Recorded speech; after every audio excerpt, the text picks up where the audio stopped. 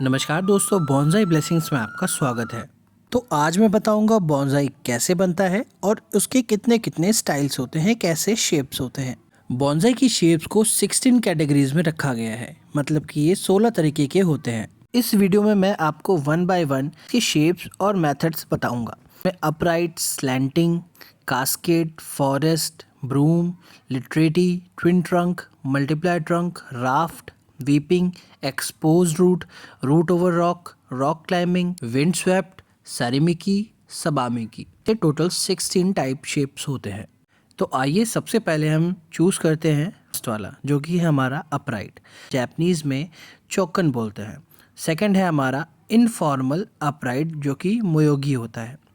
Formal upright चोकन में हम कहते हैं जहाँ पे ट्रंक आपकी बेस से मोटी होती है और ऊपर जाते जाते ये बहुत पतली टिप हो जाती है इसकी। जैसा कि दी हुई पिक्चर्स में आप देख पा रहे होंगे कि इस फोटो में इनकी जो बेस है वो मोटी है और जैसे जैसे आपका जो पेड़ है ऊपर जा रहा है, बढ़ रहा है, तो उसकी टिप पतली होती जा रही है। साथ ही साथ साइड बाय साइड जो ब्रांचेस हैं वो पहले पतली हैं और आगे जाके डेंस हो जा रही हैं। और वहीं दूसरी साइड इनफॉर्मल अपराइट, जिसे हम मोयोगी बोलते हैं, वहाँ पे बस एक ही डिफरेंस होता है। जहाँ पे फॉर्मल अपराइट में ट्रंक एकदम स्ट्रेट होती है, तो वहीं दूसरी तरफ इनफॉर्मल अपराइट, जिसे हम मोयोगी बोलते हैं, वहाँ पे ट्रंक इनसर्टेन होती है, मीन्स मुड़ी हुई होती है। बाकी आपका जो बेस है वो आपका मोटाई में रहता है और बाकी आगे जाते आते टिप ये इसकी पतली हो जाती है। लेकिन डिफरेंस बस यही है कि फॉर्मल में जो ट्रंक है वो स्ट्रेट रहती है और इनफॉर्मल में वो ट्रंक स्ट्रेट नहीं रहती है, थोड़ा डिज़ाइन आ जाता है इसमें। अब सेकंड नंबर पे है स्लैंटिंग, जिसे हम जापानीज़ में शकन बोलते हैं।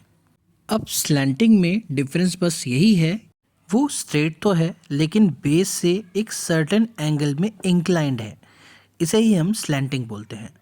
और जो ब्रांचेस का स्ट्रक्चर है वो एज यूजुअल आपके एपेक्स से स्ट्रेट 90 एंगल पे इंक्लाइंड है।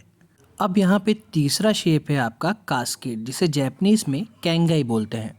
अब कास्केड भी दो टाइप के होते हैं, जिसमें फुल कास्केड आता है और दूसरा सेमी कास्केड। फुल कास्केड का जो जापानीज नेम है वो है डाई कैंगी। इसमें एपेक्स का जो ग्रोथ है वो डाउनफॉल में जाता है। जैसा कि आप फोटोज़ में देख पा रहे होंगे, जो पॉट सिलेक्शन है, चाहे वो लंबा हो या फिर सेमी हो, उसमें भी आप देखिएगा जो एपेक्स है, जो ट्रंक की ग्रोथ है, वो डाउन फॉरवर्ड पे ग्रोथ हुई हुई है। और वहीं सेमी कास्केड, जिसे हम हैंग कैंगाई बोलते हैं, वहाँ पे पॉट के जो शेप है और जो एपेक्स का शेप है, एपेक्स की जो ग्रोथ है ट्रंक की, वो डिक्लाइन शेप में ही है, लेकिन जो ट्रंक की ग्रोथ है वो पॉट के बेस या फिर उसके मिडिल तक ही है। अब फोर्थ शेप है हमारा फॉरेस्ट का, जिसे जापानीज में योशेओ बोलते हैं। अब इस शेप में बॉन्साई को हमने फॉरेस्ट का रूप दिया है। जैसा कि आप फोटोज़ में देख पा रहे होंगे कि मिडिल में जो ट्रंक्स हैं प्लांट की, वो हाइट में बड़ी हैं comparison to side by side. Forest style बनाने के लिए हमें मिडिल पे जो प्लांट्स हैं उनकी height usually side by side से बड़ी ही रखनी पड़ती है, तभी आपका फॉरेस्ट शेप डेवलप हो पाता है। इस स्टाइल को बनाने के लिए आप चाहें तो एक ही टाइप के प्लांट भी यूज़ कर सकते हैं या फिर डिफरेंट प्लांट का भी आप यूज़ कर सकते हैं। अब चलते हैं फिफ्थ रो में, जहाँ पे आपका स्टाइल है ब्रूम। ब्रूम, जो कि आपका जापानीज में होकीडाची बोलते हैं। ब्रूम शेप का जो ट्रंक का साइज़ है वो स्ट्रेट फॉरवर्ड रहता है और ब्रांचेस की जो ग्रोथ है वो डिफरेंट डायरेक्शंस में होती है, जिसकी वजह से बाउल शेप बन पाता है। ब्रांचेस की ग्रोथ ट्रंक की 1/3 तक ही रहनी चाहिए। अब यहाँ पे थर्ड शेप है आपका लिटराटी। जापानीज में इसे बुंजकी कहते हैं। लिटराटी शेप अपने आप में बॉन्साई के रूल्स को वॉयलेट करता है, क्योंकि लिटराटी शेप हार्श कंडीशन में प्लांट की ग्रोथ को दर्शाता है।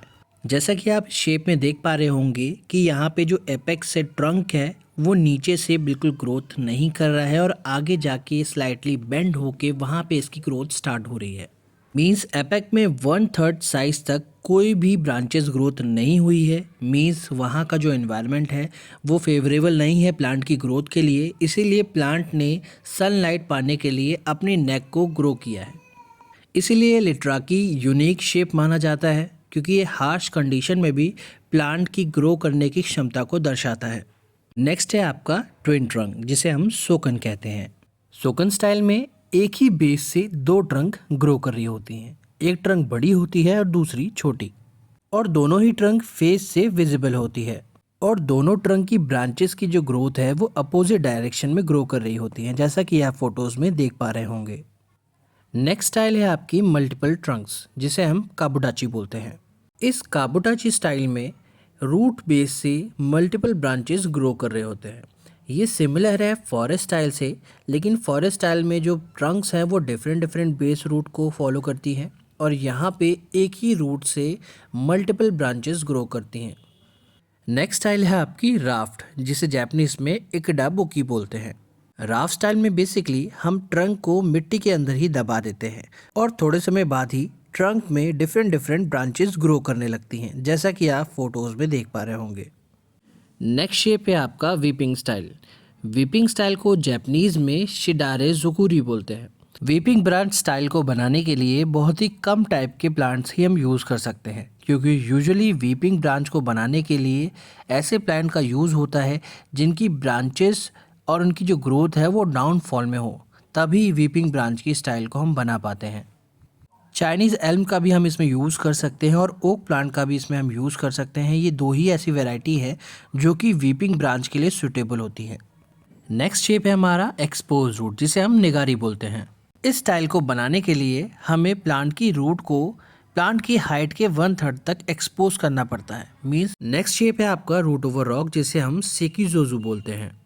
इस शेप में प्लांट की रूट मिट्टी से ग्रो होते हुए रॉक के ऊपर लिपटी होती है, जैसा कि आप फोटोज में देख पा रहे होंगे।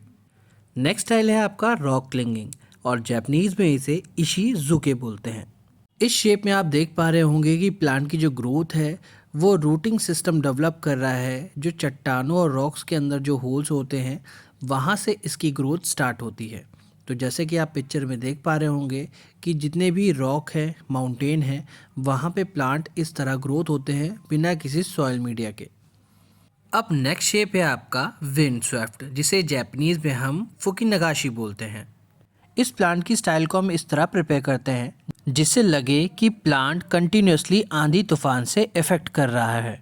एग्जाम्पल के तौर पे आप देख सकते हैं कि प्लांट इस तरह शेप में आया हुआ है, जिससे लग रहा है कि ये कंटिन्यूसली आंधी तूफान के बीच में है। अब नेक्स्ट शेप है आपका शरीमिकी, जिसे हम ड्रिफ्ट वुड बोलते हैं। ड्रिफ्ट वुड एग्जाम्पल है जिस प्रकार किसी प्लांट को कोई डिसीज़ लग जाती है जिसकी वजह से उसका आधा या 1/3 पार्ट ख़राब हो जाता है। तो इस शेप को बनाने के लिए हमें ट्रंक के आधे वुड को छीलना पड़ता है, जिससे प्लांट की ब्राइटर साइड शो हो। एग्जाम्पल के तौर पे दी हुई फोटोज़ में आप देख सकते हैं कि इनकी ट्रंक्स की आधी साइड को छील दिया गया है, जिसकी वजह से ऐसा इल्यूजन हो रहा है कि प्लांट की आधी ट्रंक डेड हो चुकी है। इस बॉन्जाई स्टाइल को बनाना थोड़ा डिफ़िकल्ट होता है, क्योंकि जाने अनजाने में कई बार हम ट्रंक को ज़्यादा डैमेज कर देते हैं, जिसकी वजह से प्लांट पूरी तरीके से डेड हो जाता है। नेक्स्ट है आपका सबामिकी, जिसे हम जापानीज़ में हॉलो ट्रंक या स्प्लिट ट्रंक भी कहते हैं। इस प्लांट में हम शो करते हैं जिस प्रकार प्लांट में लाइटनिंग मतलब बिजली गिरना या फिर दीमक लग जाने की वजह से ट्रंक आधा खोखला हो जाता है। प्लांट को स्प्लिट ट्रंक या फिर हॉलो ट्रंक में लाने के लिए एक्सपीरियंस चाहिए होता है, क्योंकि इसमें भी हम धीरे धीरे स्क्रैच करके प्लांट के मेन ट्रंक एपेक्स को हॉलो बनाते हैं, और कई बार गलती से ज़्यादा एपेक्स ख़राब कर देने की वजह से प्लांट ख़राब हो जाता है। एक चाइनीज़ स्टाइल बॉन्जाई और भी फेमस है, जिसे हम पेंजिंग बोलते हैं, जो कि रॉक ओवर रूट पे बनाया जाता है। तो दोस्तों, हमारी वीडियो अगर आपको इन्फॉर्मेटिव लगे तो हमारी वीडियो को लाइक करिए और चैनल को सब्सक्राइब ज़रूर करिए।